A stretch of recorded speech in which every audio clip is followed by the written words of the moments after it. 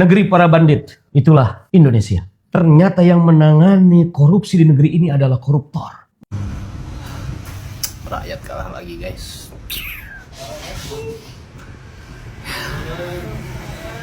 Namanya maling mengadili maling, yang ada ya kerja sama lah. Sabar-sabar jadi WNI.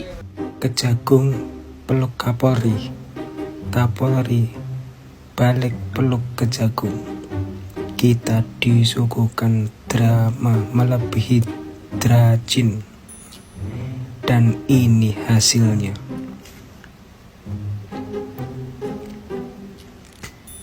Maling saling melindungi maling. Hebat betul negara ini. Ada yang bilang kemarin, saya akan kejar koruptor sampai ke Antartika.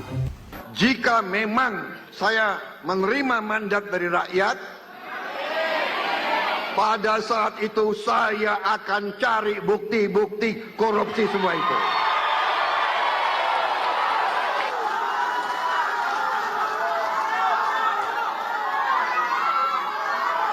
Dan pada saat itu, mulai saat itu, saya akan kejar koruptor-koruptor itu.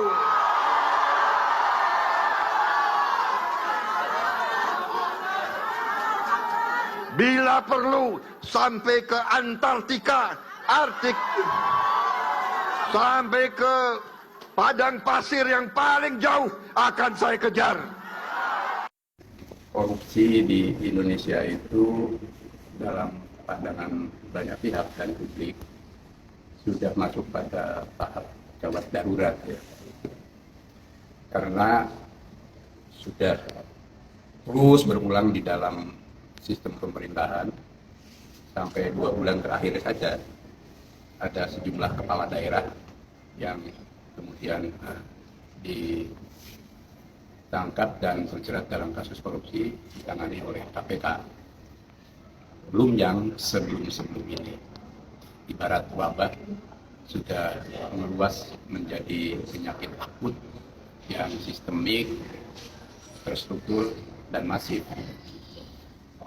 Saya yakin Presiden Prabowo sendiri sudah sampai pada kesimpulan seperti itu karena pertama dalam Asta Cita poin 7 kan pencegahan dan pemberantasan tindak pidana korupsi sebagai satu kesatuan dengan reformasi politik, hukum, dan lain-lain. Kedua, di pidato beliau menunjukkan political will yang sangat kuat, ya. Tidak ada presiden yang begitu terbuka untuk bicara tentang pemberantasan korupsi sampai yang teringat di hati publik akan mengejar koruptor sampai ke Antartika, yang sekarang kemudian diminta tidak bisa jauh-jauh tapi yang di antara kita. Lalu selalu mengajak, menekan bahkan para aparatur dan birokrat di pemerintahan untuk jangan berani-berani korupsi, kan. Dan tentu disertai dengan langkah-langkah itu yang menggambarkan bahwa betapa korupsi menjadi persoalan yang besar, bahkan menjadi beban Indonesia yang jika kita tidak bisa menyelesaikannya maka akan menjadi berakumulasi dengan yang lain. Ini tak ubahnya seperti daging babi dikasih stempel halal, menggunakan uang haram hasil koruptor untuk pergi umroh. Ini benar-benar iblis berwujud manusia, nggak ngerti agama, nggak takut dosa, dan nggak tahu malu. Jadi memang di Indonesia ini itu udah dipenuhi dengan orang-orang munafik, lebih menunjukkan pencitraan daripada menyadari kesalahannya. Ya kan? Salam logika. Jampitsus Febri Ardiansyah ditetapkan sebagai tersangka korupsi. Konyolnya, kasusnya dilimpahkan ke Kejagung. Lembaga KPK mending tutup aja deh. Gini, Febri kan menjabat sebagai Jampitsus. Di bawah Febri ada Direktorat Penyidikan. Di bawahnya lagi ada jaksa-jaksa yang jalanin penanganan perkara. Bayangin deh endingnya gimana. Yang tanganin kasus Febri, ya teman-teman dia semua. Intinya begini deh, yang kerja keras nyari barang bukti, polisi. Yang resmi menetapkan Febri menjadi tersangka korupsi, polisi. Tapi pas proses hukumnya jalan, kasusnya malah dilimpahkan dan diambil alih sama Kejagung. Kalian bingung? Sok bule.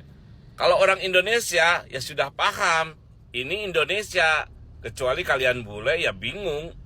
Kalian tahu kan statement Ketua Umum MUI kemarin? Dia bilang koruptor masuk pelanggaran HAM. Koruptor itu harus dihukum mati, jangan berlindung di balik HAM. Ketua Umum MUI Kiai Haji Anwar Iskandar menegaskan bahwa koruptor itu layak dijatuhi hukuman mati karena tindakan mereka merampas hak hidup masyarakat luas. Coba kalian bayangkan, banyak pejabat yang terkena kasus korupsi. Yang kaya dari uang korupsi itu mereka. Yang menikmati hasil pajak lalu dikorupsi juga mereka. Belum lagi yang jalan-jalan, harta dan asetnya berlimpah dari korupsi juga mereka. Tapi pada saat negara butuh uang untuk bayar pajak dan lainnya, yang dihajar rakyat, yang digenjot untuk bayar pajak juga rakyat. Pak Mahfud MD pernah bilang kalau korupsi nggak bisa diberantas, rakyat berhak stop bayar pajak sebagai perlawanan politik. Beliau juga menegaskan bahwa ada fatwa NU yang menyatakan rakyat tidak perlu membayar pajak apabila negara gagal memberantas korupsi, merupakan bentuk sikap politik yang dijamin konstitusi, bukan ajaran makar. Jadi menurut kalian sikap kita sebagai rakyat itu harus gimana? Sedangkan RUU perampasan aset kemarin sudah ditolak oleh DPR. Apakah kalian setuju kalau rakyat stop bayar pajak sebagai perlawanan politik? Ngapain masuk ke jagung sih? Kalau masuk ke jagung kan hukumannya bisa kekeluargaan. Enak bae masuk ke jagung. Febri Adriansyah jadi tersangka 3 kasus korupsi besar. Asabri, Krakatau, dan Batubara. Cuman perkaranya dilimpahkan ke Kejaksaan Agung. Ngapain masuk kejaksaan? Harusnya perkara ini masuk KPK. Kan KPK punya kewenangan. Kalau masuk ke jagung yang ada ini aki-aki tua nggak dihukum seberat-beratnya. Ini gimana sih yang ngatur hukum negeri? Sebelumnya gua respect sama polisi karena sudah menetapkan ini manusia kunyuk jadi tersangka. Cuman yang disayangkan kenapa enggak dimasukkan ke KPK? Masih dikasih enak lo ya aki-aki tua. Kita kawal, awas aja kalau hukumannya ringan. Ini dia harus mendapatkan hukuman yang besar, yang berat. Kacau. Sampai saat ini duit udah ditemukan 500 miliar lebih. Polisi mau tangkap orangnya dihalang-halangi oleh kejaksaan dan tentara. Bahkan saat ini kabarnya Polda Metro Jaya udah digeruduk 2 peleton tentara berlaras panjang. Ini negara apa? Negara junta militer. Giliran kejaksaan nangkep koruptor nggak pernah tuh dihalang-halangi oleh polisi. Kenapa sekarang polisi membongkar kasus korupsi dihalang-halangi oleh kejaksaan sama tentara?